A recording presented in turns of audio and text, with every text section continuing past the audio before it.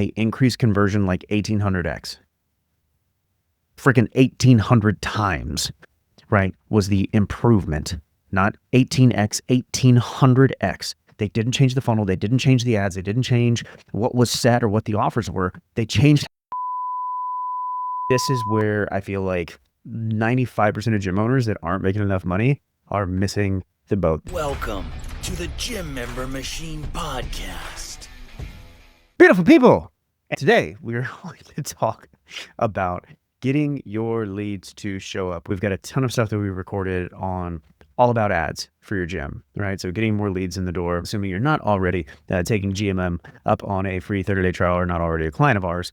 That said, that's not where the money is made, right? That's where the opportunity pipeline starts. And if that pipeline is empty, then yeah, you're screwed. You don't have any raw materials with which to make more money and change more lives, right? However, once you've got that opportunity flow happening, this is where I feel like 95% of gym owners that aren't making enough money are missing the boat. They're typically at least okay at closing. Oftentimes they think they're way better than they are at the actual sales conversations, but they're typically at least passable on the sales side.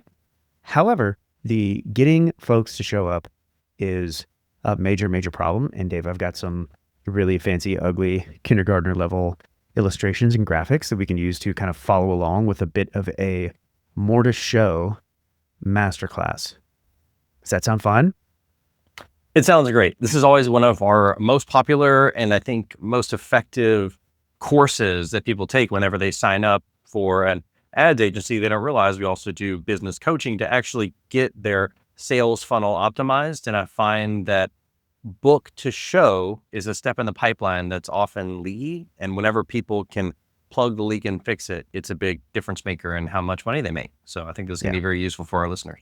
And even better, like we're going to take it to another level. So it's not just book to show, but it is lead to book, right? So today we're helping with two major pieces of the gym sales pipeline, both A, getting more leads to book, and then how do we make sure that once those leads have booked, that we give them the highest probability of showing up, because the more people that show up, the more people are likely to buy, et cetera, assuming that your sales process is at least okay. So without further ado, let's get into the fun, fancy illustrations. Okay, so we're going to start conceptual. Dear gym owners, we're going to start with the getting more leads to book. So when we're analyzing our gym owners' funnels, we will look at data basically throughout the entire sales process, right? Thing number one at the very top of the funnel is getting your leads. Thing number two is getting those leads to book, right? Thing number three would be getting those leads that have booked to actually show up, and then show to close or show to front end offer, depending on how your sales model works. And there's some stuff downstream, but by and large, in terms of just making more money, getting more members in the door up front, that's what we're diving into today. We will start with lead to booking. All right, so insert the more to show visual accompaniment with my super fancy iPad graphics and illustrations that are kindergartner level. For those of you that are listening, this is probably one of those episodes where if you like the visual aids, you may want to follow along on YouTube or Spotify watching on video. I think you can get most of the information without having to dive into that, but I thought it'd be a fun way to make things maybe more helpful for you. If you like this type of stuff, let me know. I don't mind doing it. It's kind of fun to sort of try to simplify things into visual cues. But we start with the lead to booking portion of things, right? How do we get more of our leads to actually book, move one step further in the process, book a sales conversation with us so that we have the chance to get them to show and then get them to buy? Great follow-up, a great lead to booking process comes down to three things, right? This is the Zelda Triforce of great follow-up. It is the speed, the quantity, if we can do that, and the quality of the follow-up, right? So speed, how fast are we getting leads? We're going to break down each of these variables. Quantity, how often, how many times are we reaching out with these leads before we give up? And then the quality of the conversations, whether it be, text messages or on the phone, what have you, once we actually have those conversations with our prospects. That said, let's break down each of the steps. So when we look at speed, the first component, this is really the number one most important thing. If you miss on speed, then you are just completely missing the boat. It almost doesn't matter how high the quality is of the conversations or how many times you follow up afterwards. If you don't hit on the speed component of getting to your leads, it is, so as we're recording this, the Spurs just won the Western Conference Finals. Go Spurs, right? They're about to go beat the Knicks in the finals. It's going to be a fun time. This is like starting a basketball game, and you're starting the game like 20 points behind, when the first tip-off happens. Like, if you do not follow up with your leads quickly, you are losing. Why is it so important? Well, when you run ads, you run good ads on cold traffic, and the GMM ad, catches the eye of your gym member prospect. Facebook is going to show Meta, right? These ad platforms are going to show other fitness ads, other ads within your category to that person, right? I've seen this. I think I've told this story multiple times. It's the sunglasses story was the one that stuck out to me the most, where, I was scrolling, I think it was Facebook, and saw a sunglasses ad. And I click off, they had funny marketing. I was like, oh, this is fun. I want to see if the carpet matches the drapes on the website, things like that. And so I click on the sunglass brand. It was Gooder. And I come back to Facebook, and all of a sudden I start seeing more sunglass brands, right, in my feed. And so the marketing nerd in me is like, oh, like, is Gooder owned? Because they're like a cheap company. It's like $30 sunglasses, whatever, something like that. And it's quality. Like, well, are they owned by these? Are they a subsidiary of Oakley or Ray-Ban or what have you? I think, no, they're not. Like, I looked into this. It's literally just the platform saying, oh, we make money when people click our ads, right? You're interested in this thing. That tells me that you have a higher probability of clicking things if I show you more of things that are within this category. So when we write a really good gym ad for you, guess what? The other people that are targeting your local community that are in the category, personal training, gym, whatever it is, they're going to see more gym and fitness ads.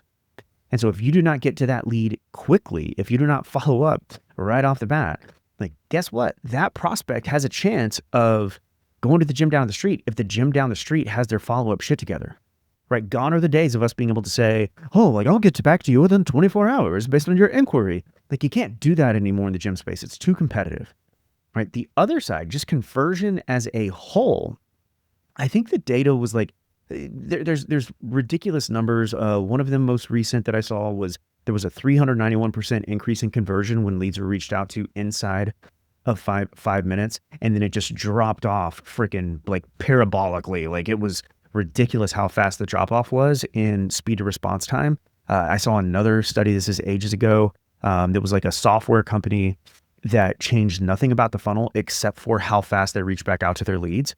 And they increased conversion like 1800x. Right? That's not, it was freaking 1800 times, right? Was the improvement, not 18x, 1800x. They didn't change the funnel. They didn't change the ads. They didn't change what was set or what the offers were. They changed how fast they followed up with the leads. So if we don't follow up with leads quickly, we are missing the freaking boat. Here's what it looks like. Okay. So the first component of speed is, there we go. Now we got it. Your phone calls and your automation. Okay. And the reason I have the phone icon there, I mean, can we take a minute to just appreciate my brilliant freaking artwork here? I mean, very amazing icons. We still have to get people on the phone. We still have to attempt to get people on the phone. Do we have incredible automation systems? One of which, the benefit of working with someone like GMM, when we're looking at data across the board and we're working with so many gyms, we're testing new nurture sequences all the time to see what's converting best in gyms like yours every single day. So like recently we rolled out a brand new nurture sequence that we tested in a handful of gyms. And I think it increased like response rates and whatnot by like something like 180% across the gyms. Like, it was ridiculous, right? Our automation's great. That said, you can't just let automation do the whole thing for you, right? So it is the phone call plus the bots, right? Plus your email, SMS automation system. Do we have AI systems for calling folks and whatnot at this point? Do we have human setters that you could hire if you want to hire GMM setters to take that off your plate? Yes. Do I always recommend that to people? No, right? The people that are in your gym, or you, if you're starting off and you're more cash strapped, still need to be hitting the phones. Someone needs to do it, whether it's you or us or something else. But we've got to be hitting the phones, right? Phones are still deeply important. The folks that ignore the phones basically get to ignore going to the bank because they're not going to have nearly as much money as everybody else. Like, it's just the way it works right now. People are still answering the phone. Again, ideally, we are calling leads within 5 minutes. We'll talk about what those things look like and how we might call them in the quantity and quality portions. But by and large, we want to be hitting leads inside of 5 minutes whenever possible. You say, oh, what if I'm coaching a session, whatever. It's like, do the best you can. Okay. I realize life is a thing and not everybody's in the same situation.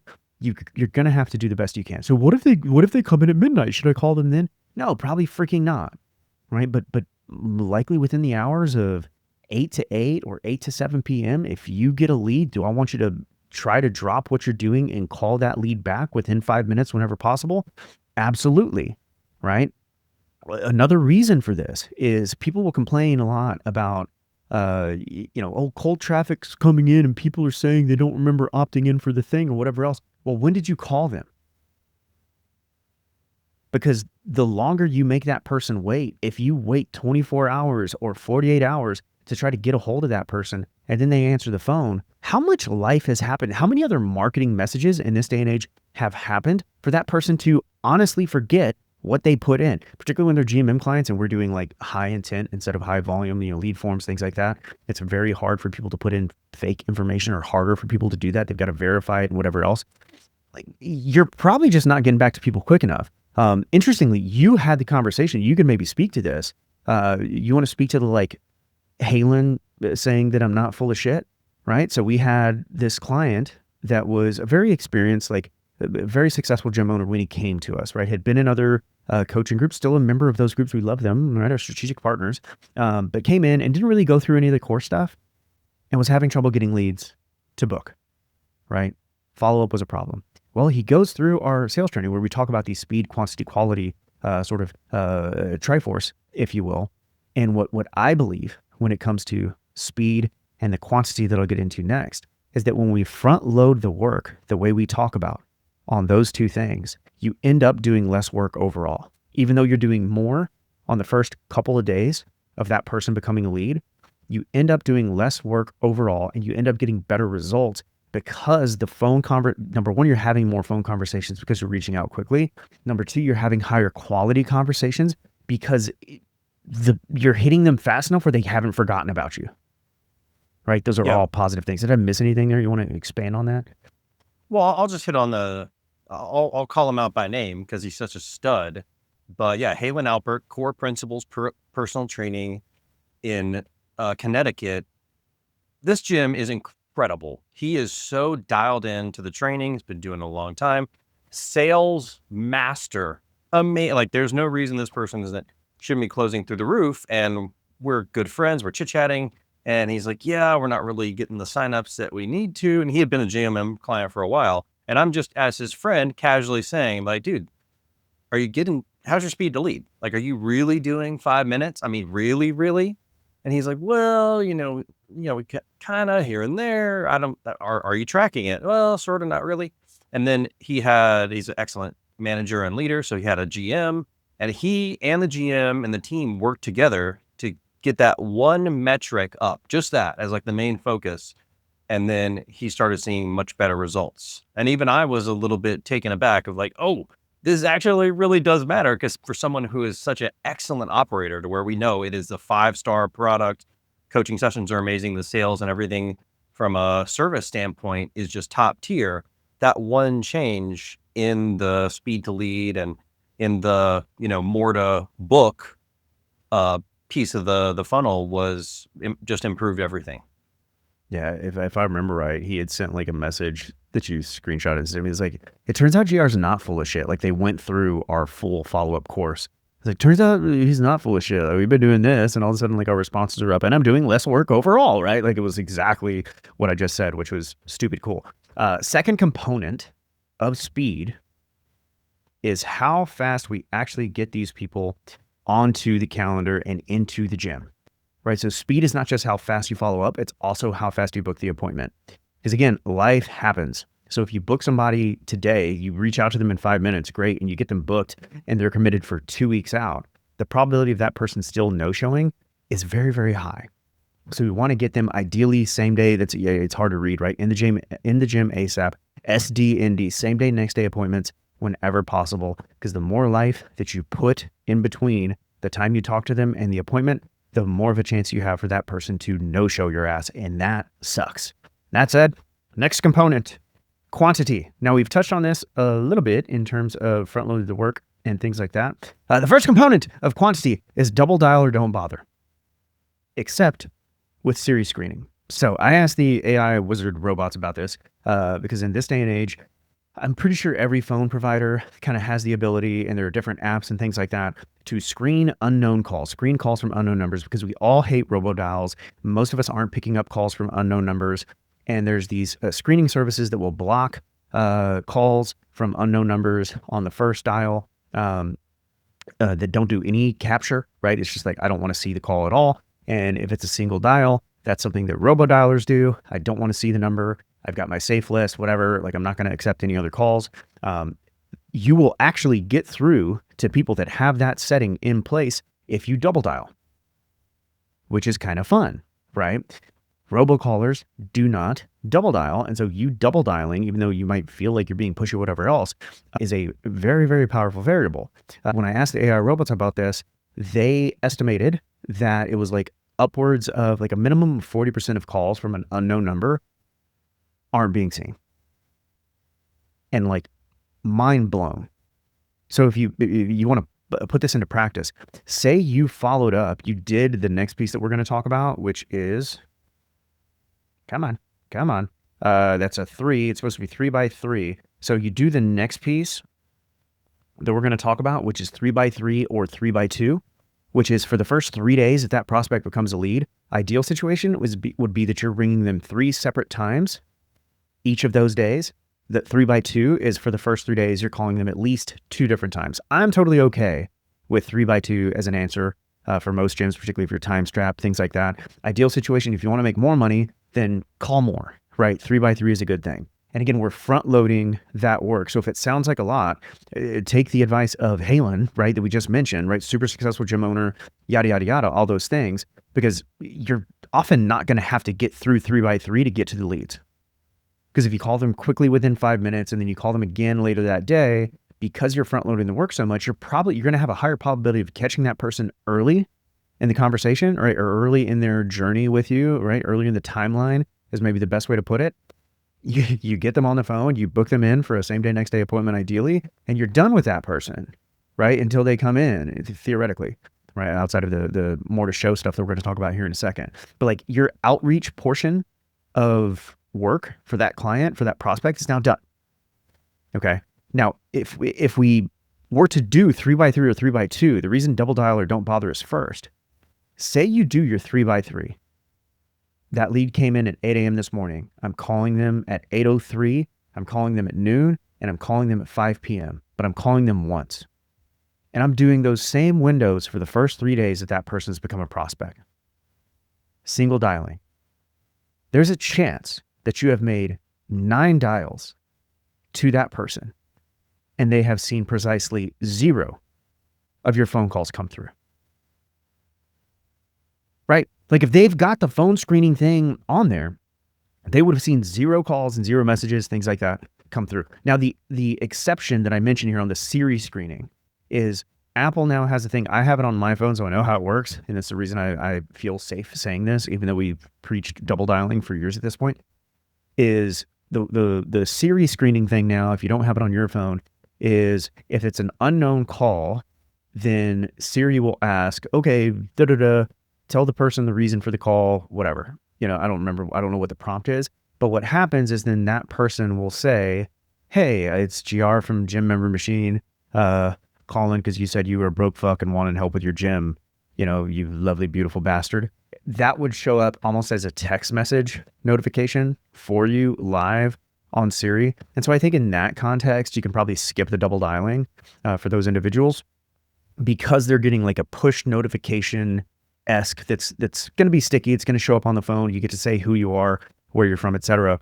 And, you probably got a higher probability of getting that person to actually respond to you or what have you. Are you raising hand right now? Physical raise of hand. GR, Okay. question. In your experience with this new fancy feature, because I just found it in my settings. I did not know it existed. I did not have it turned on, but I imagine this will become more of a thing. You're saying that as the gym owner calling the lead, they would know during the call, they would have a notification on the first call that this is on. So it's not a notification. Like if you were calling me and I didn't have your number in my phone, then it would like maybe ring once and Siri would be like, da da da, state your name and reason for the call or something along those lines. I don't remember what Siri says, but like you as the gym owner would hear that prompt on the phone, and then you'd have the chance to say, hey, it's Dave at Dave's Fitness. I saw your info come through on Facebook a few minutes ago. Want to see what made you decide to reach out, whatever. Like you could put that in the message, and then that message would then show up to me, the prospect, as like a push notification for me. So it's like you would just be calling the number, and then Siri's going to like ask you the question or tell you to state your name, what's the password or whatever. And I would then see it as the prospect as almost like a push notification type thing. Would I still probably double dial sometimes for those people? Yeah, just to see if I get lucky. Right? Because there's a chance they see the message and they're like, I'm not going to call back, but if you call me right back, maybe I'll answer. I do think it's worth like not overdoing it for those individuals, because you're effectively almost sending like a text message every time that you're ringing them, right? When that feature pops up, if that makes sense. So quantity, 3x3, 3x2, double dial or don't bother, right? If we don't double dial, there's a chance that all of your follow-up efforts, even if you called 3 times a day for the first freaking 100 days of them being a lead, they will have seen 0 of your 300 calls, right? That's the way some of these people's phones are set up. So it's so important to double dial. It's so important to hit that volume early. You don't have to believe me, believe Halen, right? Believe our time with hundreds of other gym owners that have done this. When you do the 3x3 and the 3x2 and your double dial, you end up doing less work over time, even though it sounds like a lot up front. If we don't hit these numbers, you're just going to get less people to show up, and you're going to change fewer lives, and that make less money. And that doesn't sound like fun to me. And finally, the third part, when it comes to the quantity, is we want to have connection driven. I know it's hard to tell what this graphic is, but it's just like a mental reminder for me. It is connection driven automation. Okay. So the automation, meaning your SMS, your email messages, like the automated nurture that we set up for our GMM clients, like that still needs to be a piece of the puzzle, but there's a reason. Like they don't count towards your 3x3 or 3x2 on the phones. Okay. So we need to have text automation. I remember we were doing automation with Infusionsoft for those that have been around that long, probably 10 years ago in gyms. And it used to be like, we were the only gym in town, with a freaking automated text message, sequence where we'd be able to do outreach and things like that via text message when people opted in as a lead. Today, it's like everybody has that. So it used to be a nice to have. Now I think it's a must have. Right? You've got to have automation as a part of the puzzle. People are still opening emails. Yes, maybe less than they used to, but you will still have prospects that respond to an email or click a link in an email to book themselves in. We've got to have that as a part of the quantity puzzle if you want to maximize the throughput of your sales funnel. Okay. And that's what I got for quantity. Anything you want to expand on or prompt me on there? Did you want to dive more into connection-driven automation and what that means? Yes, thank you. So when I say connection-driven automation, it's just being a human in your communication with folks, right? So I don't want our automation to just be, thank you so much for your inquiry to Dave's Wonderful Fitness Gym. One of our coaches will reach out shortly for your inquiry. Please expect a response in 24 to 48 hours. Right? Like you've got to have some personality to your stuff. People, I'll get objections all the time from folks that are like, automation, like it just makes me feel weird, whatever. And I get it, because these are, your businesses or your babies, and you've got a personality and a culture and everything else that you've built over the years.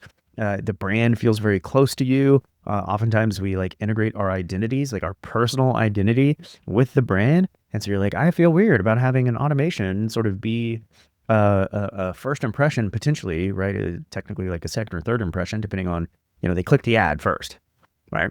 But I feel weird about this automation kind of taking my personality's place and maybe putting a bad foot forward instead of making a good first impression.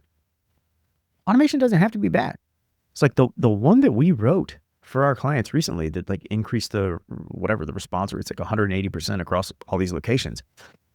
It's very like human copy driven. You just have to write like a person, write like you're talking to a friend, write about things that they care about. We used to have, this is maybe like leaning towards quality, right? In terms of having a connection driven automation sequence. But we used to do things like oh, you know, blah, blah, blah, something, you reached out ABT or ABOT, about our free 14-day VIP pass, whatever. Maybe there's a call to action or whatever there, or something that prompts a response. And then it was like 5 seconds later, we would send asterisk SRY, all lowercase, fat finger problems with like a laughing emoji or something. Like that looks like a very human automation. Now, you don't want to be doing that at a time where you're not going to be responding to text messages, because it's going to be a really bad look if you send that at midnight and the person responds right away. Number one, like, don't be texting me at midnight, but the person responds right away. And then it's like, oh, well, I guess you're like on top of your shit. I'm going to go ahead and respond because I'm a weirdo that's up super late. And then you leave them on red for freaking 10 hours or whatever, because the first thing you do when you get up is go coach 5 hours of sessions. Like, that's not going to make that person feel very good. Now, the nice thing about these automations, you can set them to only go out at certain times. And so you could have that window that a message like that goes out. And that's like a little bit more, tricky. Like, I'm just trying to get a response. I'm just trying to make this look human at scale without me having to do it manually all the time. If you're going to do something like that, you'd want that to only go out at a time period that you're going to have somebody watching the phones to respond to those messages. But connection-driven automation is not just like little tricks like that. It's also talking like you would talk to a friend. Typing, your freaking messages, your emails and your text messages should talk like you're talking to a friend. They should be written as if you were writing to a friend. We want to write as a human. We want to send content that the person on the other side is going to care about, not just like boilerplate, corporate, whatever. People don't want to do business with businesses. They want to do business with people. Write your shit as a person, send it out via the automation, then be a human when the person responds, things like that, and you're going to be in a pretty good spot. So thank you for the prompting. Is that good? That makes sense? Nailed it. Nailed it. All right. Next piece. Let's talk about quality. So we've talked speed, we've talked quantity. We have not finished the Triforce, right? If we want to nail getting leads to book, we have to make sure the quality of the conversations once we are having them is also high. The first piece that we will see folks mess this up is in scripting. And there are a number of things that we will mess up when it comes to scripting. I'm going to start with the opening. You want to talk about starting a basketball game and you're 20 points behind, like before the tip-off even happens. This is what you do when you have a bad opening when you get people on the phone. Okay, so I can't tell you how many calls I've reviewed over the years, and so many of them. It's like, Hi, is this Dave? Hi, yes, Dave here. Hi, Dave. It's GR from Alloy. Oh, who? Huh? Is now a good time to talk, or should I call back later? Like, we do all of these things that are just heinously god awful. And you say, well, I don't think that was that bad. Like, I could say, if you didn't make it such a joke where it was clearly going to be the wrong thing, like if you just say, hi, is this Dave? Oh, that doesn't sound that bad. Oh, hi, Dave. It's GR from Alloy. Yeah, it's now a good time to chat, or should I call back later, right? Like, it's, you can say it in a nicer tonality and make it less of a joke. It still fucking sucks. You are still lighting $100 bills on fire when you start your calls like that. So I don't know about you. You're probably a way nicer person than me. But when I get a call from an unknown number and I make the mistake of picking it up, I am literally sitting there, phone in my hand. I'm holding the iPad right now, so I can't bring my thumb's sitting over the freaking end call button, waiting and thinking, who the hell are you? What's this about? How'd you get my information? Right? And I am not happy about it. There's some more expletives in there because I'm like so sick of the robocalls, cold callers, whatever else. Your prospects are thinking the same thing. They don't know your phone number when you're reaching out to them. You're an unknown number typically, right? This is a bad thing. So your prospects are thinking the same thing. And when you say, Hi, is this Dave? They're thinking, who is this? How'd you get my information? What the heck is this about? Get to the point. I'm a busy human. So respect the prospect's time, give yourself a chance to actually make the conversion, and do what we call the perfect opening. So the perfect opening would be, ring, ring, Dave says hello, and it's, hey Dave, this is GR at Alloy for Oaks Ranch. Saw your info come through on Facebook a few minutes ago. Like, what's the big goal? How can we help? Right? Something along those lines. I didn't give Dave a lot of space to do anything else. I didn't ask Dave, how's he doing today? Which is another giant mistake. You say, well, why would that be a mistake? Well, as a busy dad of 3 chaos agent crotch goblins, right? I can tell you, if you call me on a day where like, okay, one kid's shit in the bed, the other kid's puked in the bed, and then I got a contractor downstairs trying to fix a bathroom thing, and they've messed up the plumbing for the 18th time in a row, and I've got whatever personnel issues and whatever. My mom's being annoying. I love my mom, but you know, we'll throw out a far-fetched one in there. And you call me, you ask me how I'm doing. I'm just annoyed with you, right? Like, I get that it's a bit of a nicety, but I am either thinking, okay, like, what kind of lie am I going to use today, right? I'm either thinking I'm going to tell you how shitty the day is and then be like, yeah, not today, dude. Like, it's one of those 2 things. And in both of those things, again, maybe I'm just an asshole. I'm like, get to the point. Move the conversation forward.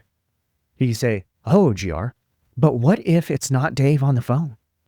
What if it's not a good time and we didn't ask? What if they're having a terrible day and we didn't ask, how are they doing today?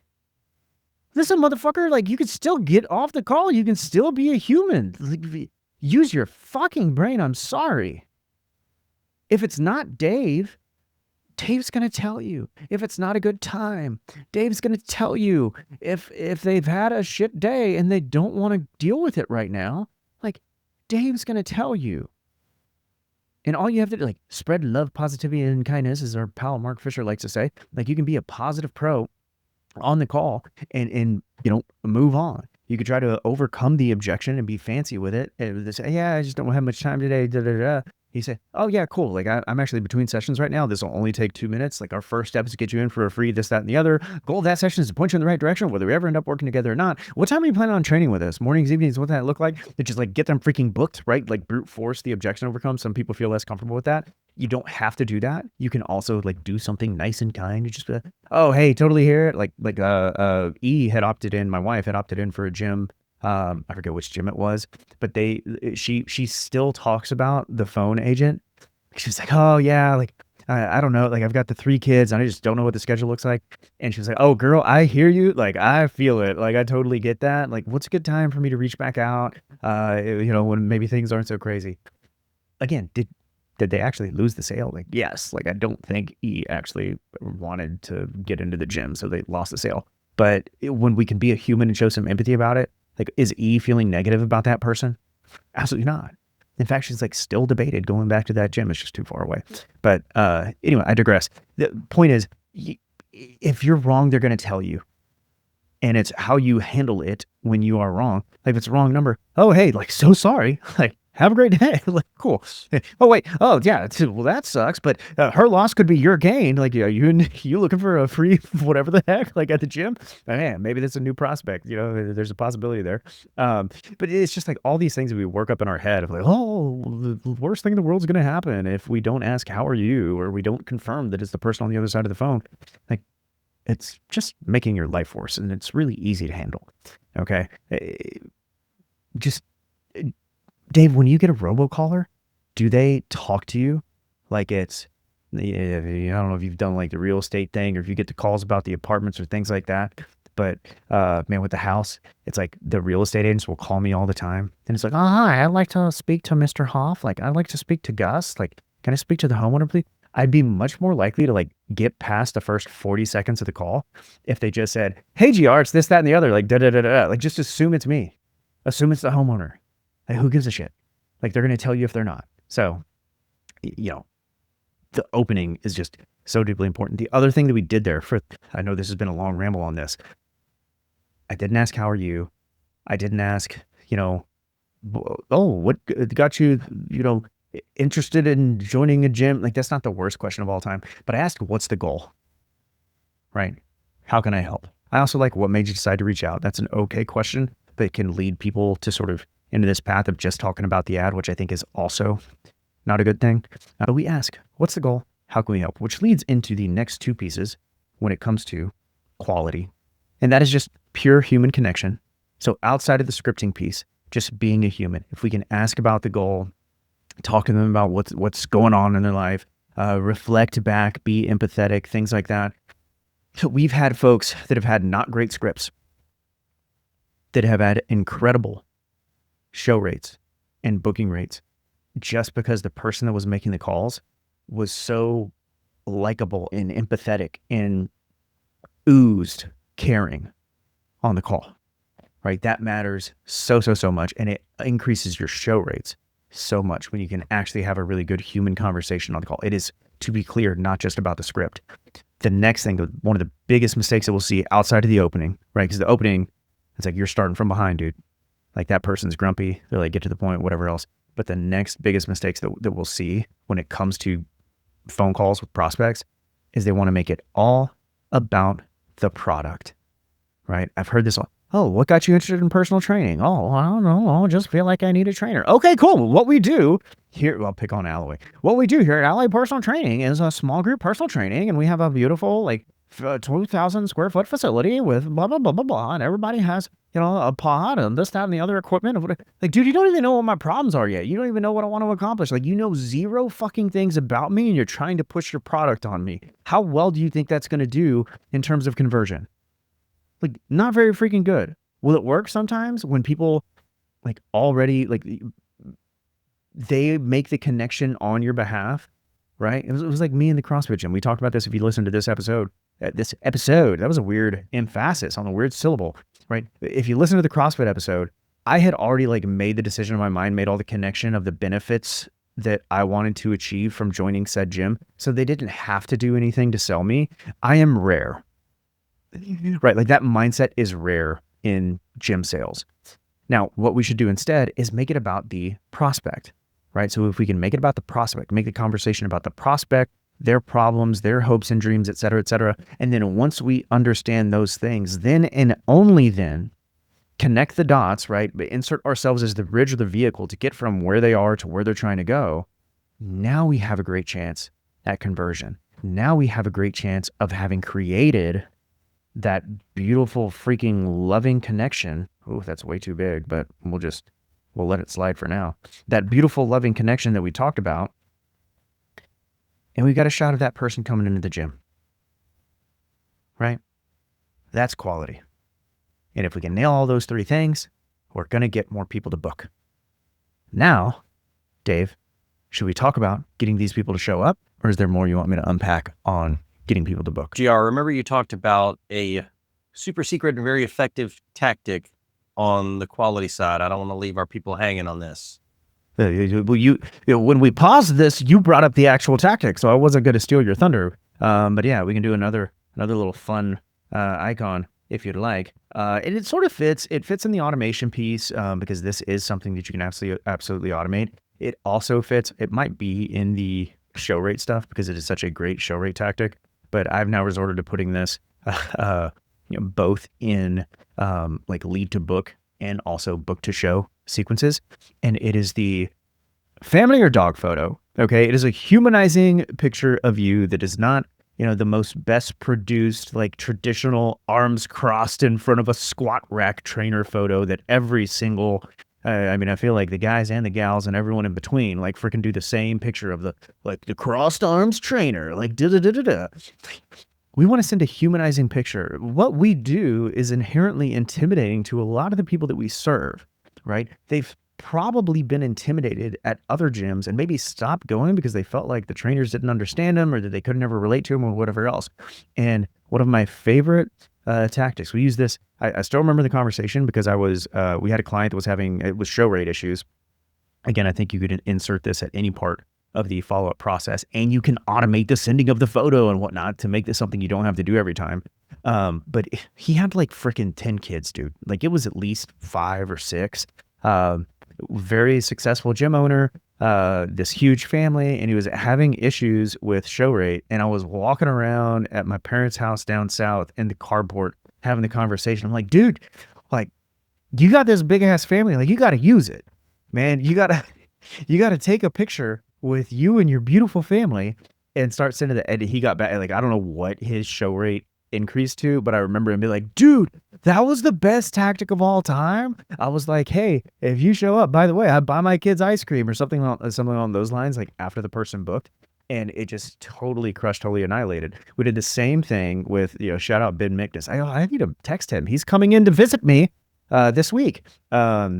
he's not visiting me, but we're going to grab dinner when he's in town visiting other family. But he had a gym in a garage. And when he started at zero. So him and his wife had just moved, and he wanted to make money training people out of his garage. And he got up to like it was pretty big numbers. It was like 30 or 40K a month, like out of literally the garage in his home. And he didn't have kids. Okay. He had a wife, he didn't have kids, but he had 2 beautiful golden retrievers. And I was like, dude, one of the first things you're going to do is a video when you're walking through. Now I am giving away the next tactic, but I'll tell the story anyway. One of the best things you can do to get people to actually show up to your garage, so you're not just like, oh, a handsome Jack guy in a garage, like, come to my house, and I'll definitely, not try to seduce you or whatever. When you do your what to expect video showing, hey, here's it's a nice looking, garage gym setup, here's where you're going to park, what have you. Have the dogs come out and say hi. And now it's like, oh, if I go to this place, I'm going to be able to pet beautiful golden retriever puppies that are super lovable. And now all of a sudden it goes from potentially creepy, scary garage gym guy to, oh my gosh, like this seems like a place that would be totally fun and I get to see puppies. What could be better? So here you go, the little puppy. Oh, we're doing great. Kids and puppies. These are chaos things. Those are little kiddos. And they should be holding knives and probably, water guns and other weapons, as they are agents of chaos. So kids and puppies for the quality of your automations, and also on the next piece of getting more people to show up. So now we've got them booked. Let's talk about how to get them to show. If we can get to the correct thing here and get it to erase. The first problem is people forget. That's what the question marks are for, right? So the first problem why you get no-showed is people just forget about the appointment in the first place. And so we need to solve that with, at worst, hospital reminder sequences, at best, humanized reminder sequences, right? And what you can't see there on this writing is humanized interactive reminders. So I'll see if I can get that color on here so we can just get the notes for you guys. But humanized interactive reminders. Why do we do that? Well, we don't want people to forget the stuff. If you're a GMM client, we've already got this on lockdown for you. If you're not, you should probably just sign up with us because we'll set it all up for you. If you're hell-bent on doing it yourself because you just like spending all your time in the world being an automation expert, then you need to set up a string of reminders. There's going to be more if the appointment is unfortunately booked further out. Maybe you couldn't avoid it. They're on vacation literally right now, but they want to come back as soon as they get back or whatever. You want to have more reminders if they're stretched further out. You can have fewer if it's later that afternoon, obviously. The best thing you can do is have humanized appointment reminders that relieve the sort of just the personal fear of you, that humanize you as the person they're going to be meeting with when they go to the gym. That's the easiest one that a lot of folks probably already have solved already. Then we get into bigger stuff. And that is fear. That is my ghost zombie icon, my attempt at the ghost emoji. Joining our gyms, doing something new is scary. Okay. We mentioned this before. One of the most powerful superpowers we can have as business owners is empathy for our prospects and clients. Dude, it's a scary thing to show up for the gym for the first time. Okay. And if we can do things to alleviate the anxiety, uncertainty, and fear that these people are inevitably feeling, and that up until now, if you have not been solving for this, is absolutely a big reason for your no-shows. You're leaving money on the table, okay? We are burning $100 bills, and we don't want to do that. How do we solve for that? Well, what's the opposite of fear, uncertainty, anxiety? It'd be, can we provide certainty for the prospect? So here's a WTE, what to expect video for you describing exactly what's going to happen when you show up to that garage gym for the first time, right? Here's what's going to happen during the session. You're going to pull up here, We'll talk about where you're at, your goals. Oh, look, here's the dogs. We might even let you pet, some great, lovely American name, Sparky and Fido, as we're talking about your fitness stuff, and that could be cool. But we want to provide certainty and clarity for what's going to happen. I want to provide clarity for where they need to pull up to, where they need to park, where they need to walk in, who they're going to talk to, what that appointment's going to look like, where are they going to sit, are they going to be made to work out, right? All these different questions that prospects are having, we should be answering those in our automated communications to them, even if we've already talked about it on the phone. Just give them another little bump, send a little video that reminds them of what to expect for the session. It's going to make them feel better about the entire process. You can either do this sniper level and do it individually every time, where I literally film a video. Say like, hey, Dave, it's GR here at the gym. Super excited for your appointment tomorrow. Here's everything to expect, right? If you have more time than money, that might be a good way to make sure you get more people to sign up, because Dave receiving that video that says, hey, Dave, super excited for our appointment tomorrow, is probably going to be more powerful than, hey, friend, here's what to expect for your appointment, right? It's less personal. Do we have most of our clients sending out the generalized what to expect videos so they don't have to do it every single time on an automated basis? Absolutely. But if you're in that, window where it's like, I've got enough time to be able to do this for every single appointment that comes in, then go ahead and do that for the time being and get a few more people to show, right? We want to remove the anxiety, uncertainty, and fear. The third reason that people no-show, if we can get this thing to erase, oh my gosh. All right, love bugs. After some deep technical difficulties, don't pay attention to the stuff beneath. We had to remove all of the fun black things because they were breaking like a crazy person. Love my iPad. The next one to just remind you of is time.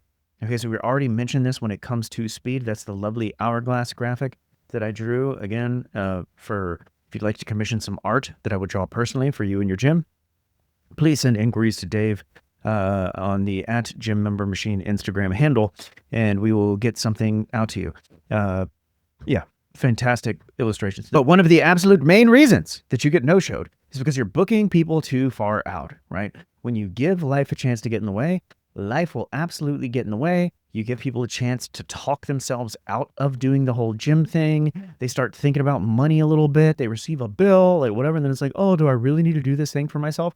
And it is infinitely more important for those of you that are training adults, right? And primarily training like women, and a lot of women are moms, and moms are like by far the first people, okay, to give something up for themselves in order to take care of everyone around them, right? Does that apply to every mother? No, but do I have to say this? Like, this is by and large talking about the populations that we're working with.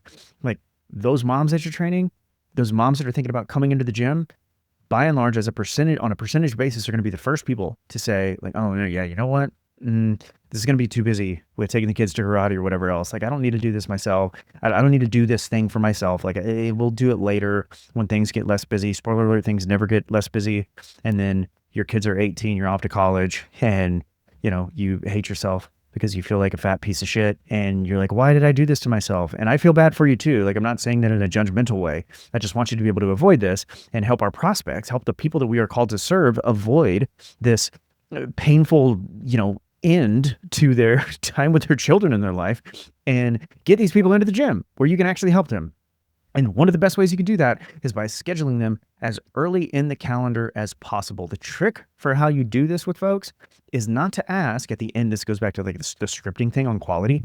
Don't ask, so when are you available to come in for your free consultation, whatever you call your sales conversation? I don't like calling it a consultation. People know that's like a sales thing. But when are you able to come in for your free VIP session, your free starting point session, roadmap, whatever the heck you're going to call it? Don't ask that. Right? Instead, once you're at that point, we're going to move into the booking piece of the conversation. Ask, what time are you planning on training with us? Well, why do we do that, GR? Well, because most people that are thinking about joining a fitness thing have in their head, oh, if I'm going to take care of this fitness stuff, I probably need to be training. Like, most people are going to be thinking like 3 times a week, right? That's probably the most common number that people are thinking about if they're thinking about doing something with fitness. Some may be thinking about more, some may be thinking like twice a week.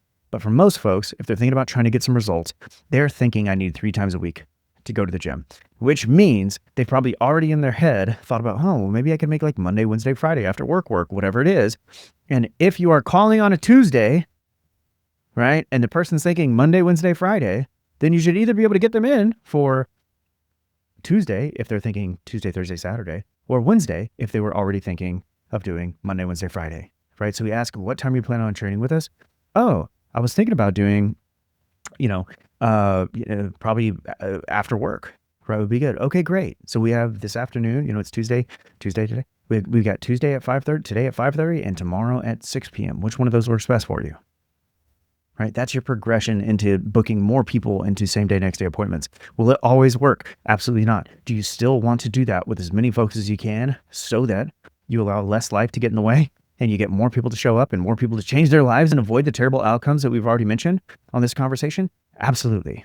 Okay. So time is one reason that people will no-show. Major mistake is just letting people pick times. Now, the next problem, the next reason people no-show is value uncertainty. This is, if you followed our show to this point, this is the universal sales equation. Every sale comes down to value and certainty, and every sale is not necessarily a purchase. So when Dave tries to get a lovely young lady, or whatever you're into, Dave, to go on a date with him, they've got to have the perception of, okay, do I feel like this guy could provide the value that I'm looking for? A lovely night out, a steak dinner, maybe a mega awesome husband, or whatever the heck. That's like stage one. Do I think there's a possibility of this person providing the value that I'm looking for? And then the second thing they're going to look at is, what's the probability? How much certainty do I feel like I have in receiving said value? Okay. Right. So this is, I don't feel like we have to go into the whole crypto thing again that we talked about last time. But your sales conversation, your consult, is still a construct. It still sort of has to abide by the business physics that of value and certainty.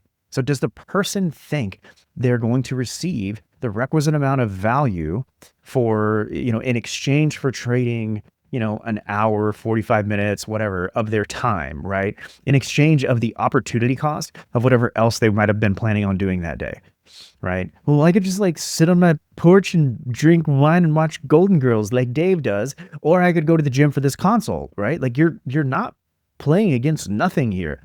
And so how do we create value and increase the probability of people showing up? Well, part of that just comes down to your offer, right? So if you have a really extensive James Pratt 30 days free offer, well, gosh, I definitely want to come to the gym for that, because the value that I'd be receiving is really stinking high with very little trade-off for me financially. That's a good thing.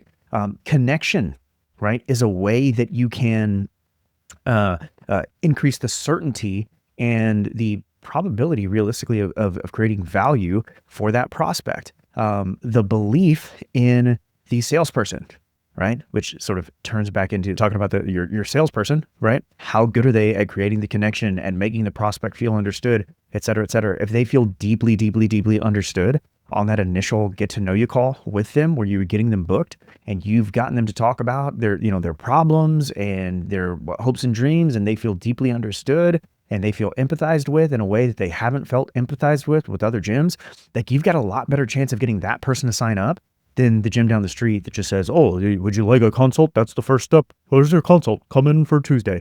When we go back to the offer, I've got the actual offer itself that they opted in for. There's also this session itself. So we've seen other gyms that will try to position their initial free session as this deeply valuable thing where they're going to do, XYZ, blah, blah, blah, give them this, that, and the other during the consultation that really positions that sales conversation as a thing of value in and of itself. That's another way to create value if your offer is a little bit weaker in the eyes of the prospect.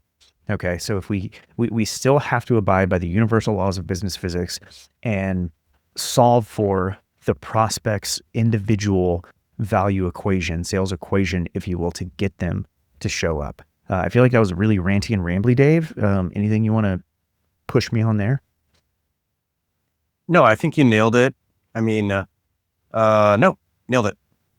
Nailed it. And finally, we get into consistency, which is basically a function of having, I'll just highlight all of it, right? So consistency bleeds through on everything from your ads to the conversation they've had, to the automations they've received, the messaging they've received, to what you've done to remind them of their appointments, the different videos and things you might have sent them across the board, them stalking your social media and making sure that if you're running an offer for 60+ year old women to whatever, that when they go on your Instagram profile, they don't just see 14-year-old dudes or college athletes deadlifting 9,000 pounds, right? We want to see consistency across the board. If you don't have consistency, if you don't have, hey, on your website, it's clear that you work with XYZ demographic and your website connects with the prospect on the other side. If your social media accounts don't connect with the prospects, if they're not consistent from the first thing they opted in for, right? Because that's the thing they want.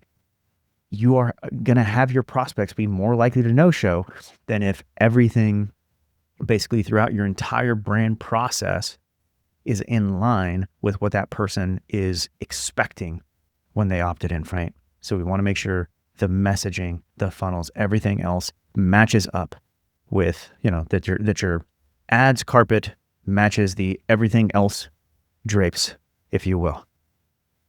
So GR, when a lead opts in and then we get their information, they see us on Facebook, I feel like stalkability is a piece you've talked about with consistency. Can you expand on that? Yeah. So this really goes upstream with everything from like the lead opting in. Not every lead that opts in is going to happen on your ad, right? Oftentimes people will click on the profile, they'll go look at the profile, they go Google you, they'll check out the website, whatever else. And so having consistency across the board is going to increase your number of opt-ins, but it also applies for after the fact, right? So when I opted in for the CrossFit gym, one of the first things I did was go like peek on their social media and start looking at, okay, like what does this place actually look like? People might book the appointment with you because you reached out so quickly before they had a chance to go do their stalking. And if they don't feel completely sold, because to be clear, not every single person is like an information gatherer type person. Not every single person. This isn't going to be the cause for like the lion's share of your no-shows unless your stuff across the board is just like terribly out of alignment with what your prospects are looking for. But some people aren't even going to look. And so this won't matter for those people. But for everyone else, right, that want to go check reviews because they just booked for this gym. Like, let me go check out their Google business profile and see what their reviews look like and things like that. We want to make sure we have a good presence that we call it stock proof, right? Where if I'm booking athletes for the gym to come in for a athlete audit, whatever the heck, assessment, whatever we want to call it, I want to go on your Instagram profile and see other athletes training in your gym. I don't want to have to scroll too far until I can figure out, oh, this is a place where athletes train, right? If you train both, so Power Strength is a great example of this, powerstrengthpro.com, one of our most successful clients, like great friend to the show and to the business, so on and so forth, Mark Innes, like he trains both populations, both athletes and adults. And when you go to his website, literally the first thing is, sport performance or athlete performance or whatever he calls it, and then adult fitness or whatever it is. So I can go and see, okay, yeah, like I can see both. And then I can click into the adult fitness thing, and everything on the adult fitness thing is on the adult fitness, basically arm of the website is all dedicated towards adult fitness, right? And you're going to see people that look like you because of the way that we've set up the targeting and everything else on that website. And you're going to feel more confident in this place, right? More confident in showing up to this place and receiving basically the things that you've opted in for. So we want to make sure that we're stock proof across the board. Can GMM help with that? Absolutely. We do it all the time. All right. Market is a great example of it. We want to have consistency. And if we can nail these things, if we can solve for, these problems, oh gosh, I did not mean to do that. If we can solve for these problems, then we are going to create a lot of lovely green for you and your business, which also means lots more changed lives and a better life for you and your team and everyone associated with your business. So in closing, if you can solve for getting more leads to both book and show following this very, very fun, simple graphic, if you want the PDF, let us know. We'll probably put a link for it. You can have our stupid notes. I might add more stuff to it just so you can have a little bit of a better resource. Nail your speed, quality, and quantity. Nail the follow-up Triforce to get more leads to book, and then solve for the problems that we've unpacked today on the reasons people no-show. Solve for them with the tactics that we've talked about. You're going to make more money, change more lives. It's going to be a lot more fun. And that's all we got for you today, I think, Dave. Anything else? Any closing thoughts for our dear loving listeners? You nailed it. Thank you all so much for your time and attention. Shoot us a DM on Instagram with any other further questions, topics, podcast ideas. We'll see you soon.